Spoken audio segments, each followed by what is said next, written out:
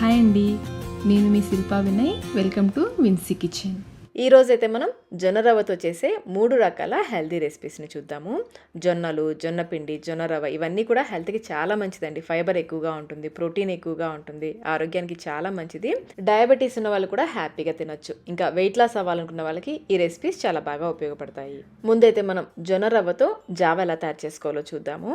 దీనికోసం 3/4 కప్పు జొన్న రవ్వ తీసుకున్నాను. ఇది బయట కొన్న రవ్వే అండి. 3/4 కప్పు జొన్న రవ్వ తీసుకోవాలి. ఆ మిగతా 1/4 కప్పు వచ్చేసి పచ్చెనగపప్పు వేసుకోవాలి. మొత్తం కలిపి 1 కప్పు తీసుకోవాలి. వీటిని కుక్కర్లో వేసేసుకుని 1-2 సార్లు శుభ్రంగా కడిగేసి 3 కప్పుల నీళ్లు పోసుకోవాలి. పచ్చెనగపప్పు వద్దనుకున్న వాళ్ళు మొత్తం 1 కప్పు జొన్న రవ్వ తీసేసుకోవచ్చు. పచ్చెనగపప్పు ఆప్షనల్ మాత్రమే. ఇప్పుడు ఇందులో కొంచెం సాల్ట్ కూడా వేసేసి 1 గంట పాటు నానబెట్టేసుకోండి. 1 అవర్ తర్వాత మీడియం ఫ్లేమ్లో 5 విజిల్స్ వచ్చేంత వరకు ఉడికించుకోవాలి. మరొక పక్కన ప్యాన్లో 1 టీ స్పూన్ నూనె కానీ వెన్న కానీ వేసుకుని కాగిన తర్వాత 1 టీ స్పూన్ సన్నగా తరిగిన వెల్లుల్లి వేసుకుని వేయించుకోవాలి. ఈ వెల్లుల్లి కొంచెం వేగిన తర్వాత ఒక మీడియం సైజ్ ఉల్లిపాయని ఈ విధంగా చిన్న ముక్కలుగా కట్ చేసి వేసుకుని వేయించుకోవాలి. ఉల్లిపాయ మరీ ఎర్రగా వేగాల్సిన అవసరం లేదు, కొంచెం ట్రాన్స్పరెంట్గా అయితే సరిపోతుంది.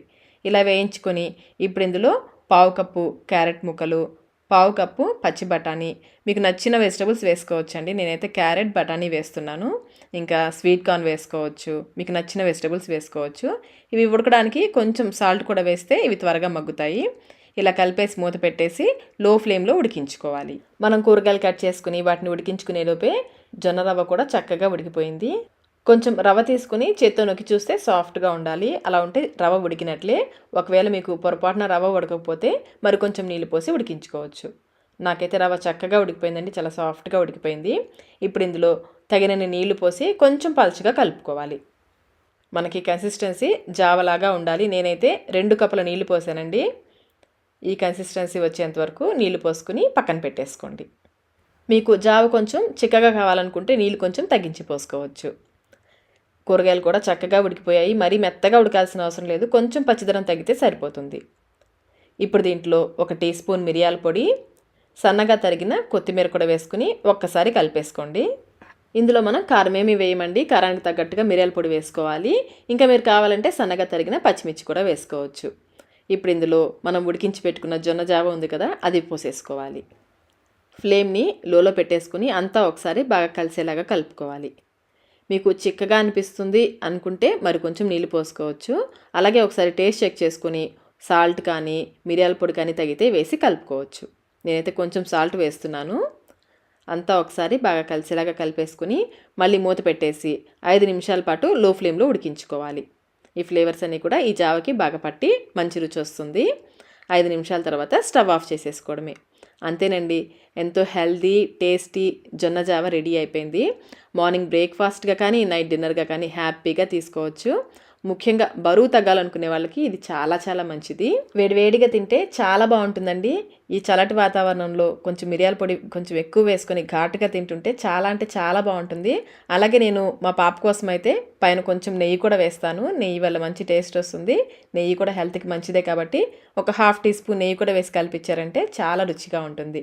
మరి ఇంకెందుకు ఆలస్యం, ఇంత మంచి హెల్తీ రెసిపీని మీరు కూడా ఒకసారి తప్పకుండా ట్రై చేయండి. ట్రై చేసి మీకు టేస్ట్ ఎలా అనిపించిందో మాకు కమెంట్ రూపంలో తెలియచేయండి. ఇప్పుడు మనం జొన్న రవ్వతో హాట్ పొంగల్ ఎలా తయారు చేసుకోవాలో చూద్దాము. దీనికోసం ముందుగా ఒక గిన్నెలో 1 కప్పు జొన్న రవ్వ. ఈ జొన్న రవ్వ మనకి ఏ సూపర్ మార్కెట్లో అయినా కానీ ఈజీగా దొరుకుతుంది. మనం జొన్న రవ్వ ఏ కప్పుతో తీసుకుంటామో అదే కప్పుతో 1 కప్పు పెసరపప్పు వేసుకొని 1-2 సార్లు శుభ్రంగా కడిగేసుకోవాలి. ఇందులో 1 కప్పు నీళ్లు పోసి కనీసం 1 గంట పాటైనా నానబెట్టుకోవాలి. జొన్న రవ్వ 1 గంట పాటు నానితేనే చక్కగా ఉడుకుతుంది. చూడండి, 1 అవర్ తర్వాత చూస్తే జొన్న రవ్వ పెసరపప్పు చక్కగా నానిపోయాయి కదా. ఇప్పుడు స్టవ్ పైన కుక్కర్ పెట్టేసుకుని ఇందులో 4 కప్పుల నీళ్లు పోసుకోవాలి. మనం జొన్న రవ్వ పెసరపప్పు కొలుచుకున్న కప్పు ఉంది కదా, అదే కప్పుతో 4 కప్పుల నీళ్లు పోసి ఈ నీళ్ళని మరిగించుకోవాలి. నీళ్ళ మరుగుతున్నప్పుడు ఇందులో 1/2 టీ స్పూన్ మిరియాలు, 1/2 టీ స్పూన్ జీలకర్ర, రుచికి సరిపడంత సాల్ట్, ఇక్కడ నేను 1/2 టీ స్పూన్ సాల్ట్ వేస్తున్నాను. అలాగే 1/4 టీ స్పూన్ పసుపు, ఇంకా మనం నానబెట్టుకున్న జొన్న రవ్వ పెసరపప్పు ఉంది కదా, నీళ్ళతో సహా వేసేసుకోవాలి. మనం నానబెట్టుకున్నప్పుడు నీళ్ళు పోసాం కదా, ఆ నీళ్ళతో సహా వేసేసుకోవాలి. అంతా వేసేసి ఒకసారి బాగా కలుపుకోవాలి. ఇలా కలిపేసి మళ్ళీ ఫ్లేమ్ని మీడియంలో పెట్టేసి ఈ నీళ్ళు ఒక పొంగు వచ్చే వరకు, ఇలా కొంచెం బాయిలింగ్ స్టార్ట్ అయ్యేంత వరకు ఉడికించుకోవాలి. చూడండి, ఇలా ఉడుకుతున్నప్పుడు మళ్ళీ ఒకసారి కలిపేసుకుని కుక్కర్కి మూత పెట్టేసి విజిల్ పెట్టేసి మీడియం ఫ్లేమ్లో 3 విజిల్స్ వచ్చేంత వరకు ఉడికించుకోవాలి. 3 విజిల్స్ వచ్చాక స్టవ్ ఆఫ్ చేసేసుకొని ఇప్పుడు స్టవ్ పైన ప్యాన్ పెట్టేసి 2-3 టేబుల్ స్పూన్ల నెయ్యి కానీ నూనె కానీ అది కొంచెం ఇది కొంచెం వేసుకోవచ్చు, లేదా మొత్తం నెయ్యితో వేసుకోవచ్చు, లేదా మొత్తం నూనెతో అయినా వేసుకోవచ్చు. కాగిన తర్వాత కొన్ని జీడిపప్పులు వేసి వేయించుకోవాలి. ఇవి కూడా వేగిన తర్వాత 1/2 టీ స్పూన్ జీలకర్ర, 1/4 టీ స్పూన్ మిరియాల పొడి, 1 టేబుల్ స్పూన్ సన్నగా తరిగిన అల్లం ముక్కలు, 2 లేదా 3 పచ్చిమిర్చిని సన్నగా కట్ చేసి వేసుకోవాలి. అలాగే 2 ఎండుమిర్చిని కూడా తుంపి వేసుకోవాలి. పచ్చిమిర్చి, ఎండుమిర్చి, మిరియాల పొడి ఇవన్నీ కూడా మీ కారానికి తగ్గట్టుగా వేసుకోవచ్చు. ఇవి కొంచెం వేగిన తర్వాత కరివేపాకు కూడా వేసుకొని వేయించుకోవాలి. చివరిగా 1/4 టీ స్పూన్ ఇంగు కూడా వేసుకొని ఒకసారి కలిపేసి స్టవ్ ఆఫ్ చేసేసుకోండి. పోపు రెడీ అయిపోయింది. కుక్కర్లో ప్రెషర్ పోయేలోపు ఇలా పోపు రెడీ చేసుకున్నామంటే ప్రెషర్ పోయిన వెంటనే మనం పోపును వేసేసుకోవచ్చు. రవ్వ కూడా చూడండి చక్కగా ఉడికిపోయింది కదా. ఒకసారి బాగా కలిపేసుకుని ఇప్పుడు ఇందులో కాచిన నీళ్లు, బాగా మరిగించుకున్న నీళ్ళు, వేడి నీళ్లు పోసుకోవాలి. మనకి ఎంత కన్సిస్టెన్సీ కావాలో దానికి తగ్గట్టుగా నీళ్లు పోసుకోవచ్చు. నీళ్లు పోసాక స్టవ్ ఆన్ చేసేసుకుని బాగా కలిపేసుకోండి. నేనైతే 1.5 కప్ వరకు వాటర్ పోసాను. ఇది కొంచెం పల్చగా ఉంటేనే బాగుంటుంది.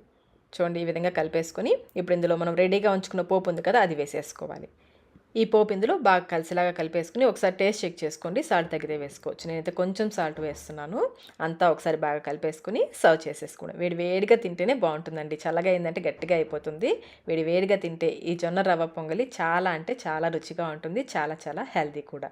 మరి మీరు కూడా ఈ జొన్న రవ్వ పొంగల్ని ఒకసారి తప్పకుండా ట్రై చేయండి. ట్రై చేసి మీకు టేస్ట్ ఎలా అనిపించిందో మాకు కమెంట్ రూపంలో తెలియచేయండి.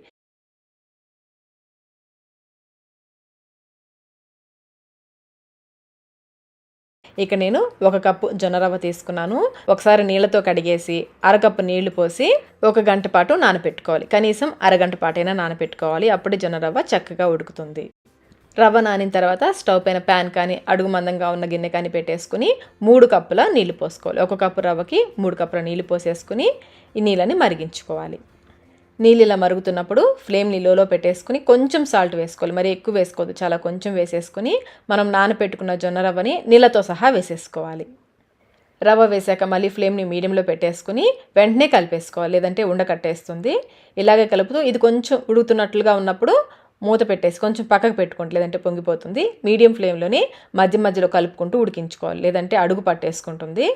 మీకు మధ్యలో ఇలా గడ్డలుగా ఏమైనా ఫామ్ అయితే వాటిని మ్యాష్ చేసుకుంటూ ఉడికించుకోవాలి. మీరు కుక్కర్లో ఉడికించుకోవాలనుకుంటే సేమ్ 1 కప్పుకి 3 కప్పుల నీళ్లు పోసేసి మీడియం ఫ్లేమ్లో 3 విజిల్స్ వచ్చేంత వరకు ఉడికించుకోవచ్చు. ముందైతే కనీసం 1 అరగంట పాటైనా నానబెట్టుకోండి రవ్వని. ఈ విధంగా మధ్యలో కలుపుకుంటూ మూత పెట్టేసి ఇది దగ్గర పడేంత వరకు ఉడికించుకోవాలి. ఒకసారి రవ్వ ఉడికిందో లేదో చెక్ చేద్దాము. నాకైతే రవ్వ చక్కగా ఉడికిపోయింది. ఈ విధంగా ఈ కన్సిస్టెన్సీ వచ్చేంత వరకు ఉడికించుకుంటే ఇది ఆరాక మరి కొంచెం గట్టిపడుతుంది. ఇలా ఉడికించేసుకుని స్టవ్ ఆఫ్ చేసేసి మూత పెట్టేసుకోండి. ఇలా ఉడికించుకున్న జొన్న రవ్వని అన్నానికి బదులుగా వెయిట్ లాస్ అవ్వాలనుకున్న వాళ్ళు వైట్ రైస్కి బదులుగా ఇలా రవ్వ ఉడికించుకుని తింటే చాలా మంచిది. మీరు వెజ్ నాన్ వెజ్ ఏ కర్రీస్తోకైనా తినొచ్చు.